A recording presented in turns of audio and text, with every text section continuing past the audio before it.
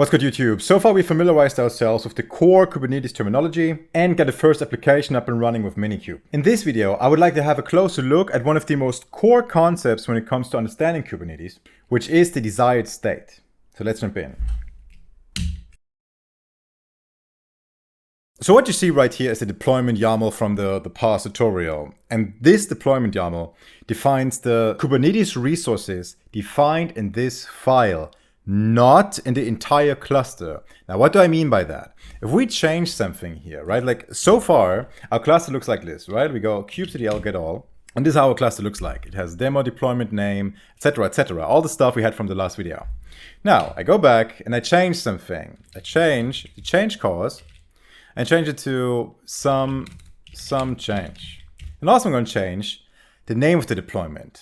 It's not going to be demo deployment, it's going to be the new deployment. And now I'm going to reapply that same YAML file. I'm going to go kubectl apply deployment YAML. Now what we see is something interesting. I go back and I do again a kubectl get all. And now what I find is that I have additional pods running next to the old deployment. Although demo deployment is not in our file anymore, we just changed the name, we still have it running in our Kubernetes cluster. But we only want this deployment right here. So now we would have to do some cleanup and getting rid of the old deployment. And before I do any cleanup, let's imagine you work in a team. How do I find out where this deployment is coming from, why it is there, etc.? Given all we learned so far, how would we investigate this? Now, if we wanted to see where this old deployment is coming from, we would go for the deployment name and just simply look through our files and find that this deployment name doesn't exist anywhere. Which makes sense because we just changed it and we only have one deployment YAML.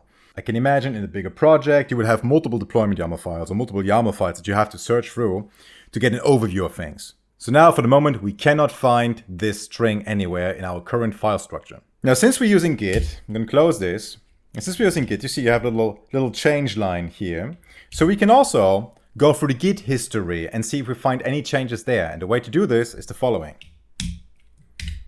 You do git log -- all to search through all the branches that we have. We then do a -p to get also the patches, meaning all the actual line changes or changed lines. And then we do a -- to say this is the end of parameters and the next thing to follow is the path that we want to fuzzy find through to find our string. So in this case, it would be the current file path. And we want to use grep to look for our search string. In this case, we want to look for the demo deploy search string.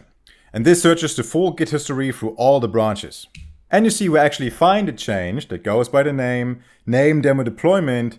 So we can see that this thing here is coming from this deployment file, most likely. Now that should be sufficient to find out where this deployment is coming from. If it's not, we can also go for the Kubernetes IO change cause.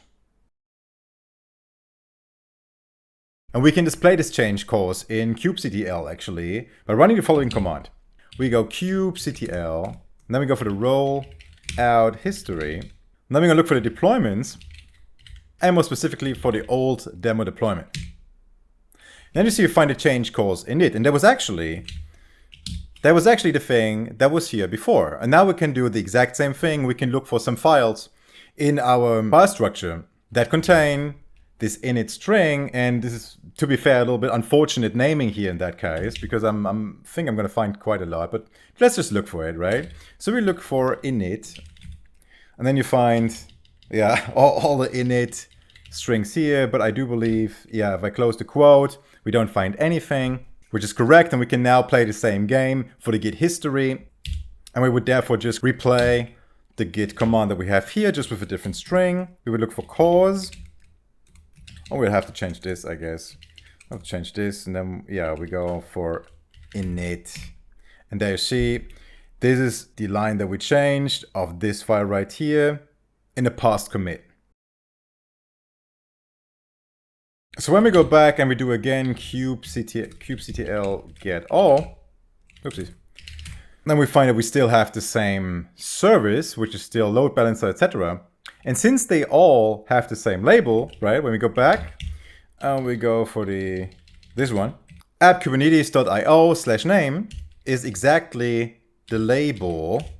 Yeah, we have a selector for in the service. So what's going to happen is that this service right here, LB service load balancer, will now distribute the traffic not only through those old pods right here, but through all of them, since they all have the same label. So now that we know where those 3 pods here are coming from, this is just legacy from an old deployment that has not been cleaned up properly. I can just delete that by kubectl delete deployments apps, and then we have the demo deployment. And now if I go again, get ctl get all, then you see the deployment has deleted. Like before, it was 2 deployments and 6 pods / replicas. And now from here, we see the desired state of 3 pods and only the new deployment. So just to wrap this up, I go back and I change the name again, and I say, I don't know, Rambo deployment. And again, I'm gonna do a kubectl apply. And now again, I would have multiple deployments, etc. But the desired state says that as long as we find all the resources defined in our deployment YAML, as long as that is the case, we are happy and we have the desired state. And this is true. We have all the resources defined in the deployment YAML, not only the pods, but also the service and the deployment itself, of course, and the according replica set. So we have the desired state of the deployment YAML, but we do not care about the overall state of the cluster itself. There might be multiple deployments, etc. The individual deployment YAML doesn't care about that. So now that we understand the basic mechanics of Kubernetes and we have a cluster running locally, it's time to put this cluster right here in the cloud by leveraging AKS, aka Azure Kubernetes Services. See you in the next one. Bye-bye.